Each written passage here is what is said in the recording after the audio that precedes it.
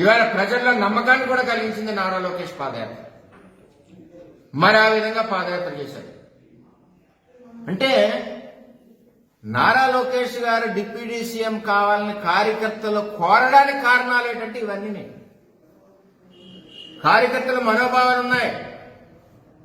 రేపు ఈ తెలుగుదేశం పార్టీ నేనున్నాను, రేపు ఈ తెలుగుదేశం పార్టీని భవిష్యత్తులో ఎవరు నడుపుతారు, ఎలాగుండాలి అన్న ఆలోచన నాకు ఉంటుంది.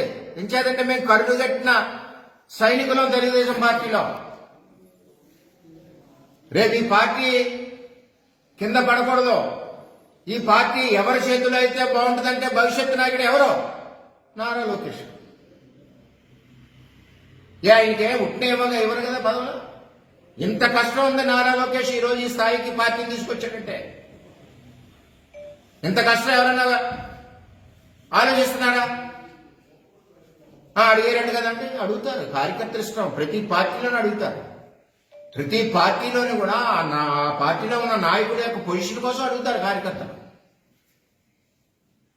ఇవాళ తెలుగుదేశం పార్టీలో చర్చ ఎందుకు అవుతుందంటే భవిష్యత్ తరం నాయకుడు ఎవరు ఈ పార్టీకి,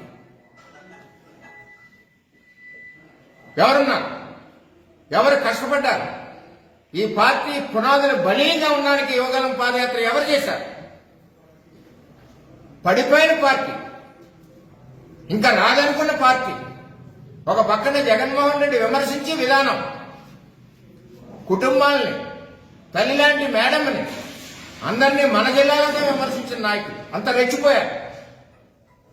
చంద్రబాబు నాయకత్వంలో, లోకేష్ సారథ్యంలో ఉవ్వెత్తులు లేచింది ఈ పార్టీ, తెలుగుదేశం పార్టీ. చేత ఏంటంటే ఇది నేను మాట్లాడేది అన్ని విషయాలు కూడా మీరు దయచేసి వక్రీకరించద్దు. మీరు అడిగారు కాబట్టి కడుపులో ఉన్న భావన కూడా నాలో ఎక్స్పోజ్ అయ్యింది. ఇంచేతంటే చంద్రబాబు నాయుడు గారు ఎవరైనా పార్టీకి కష్టపడితే వారిని గుర్తిస్తారు.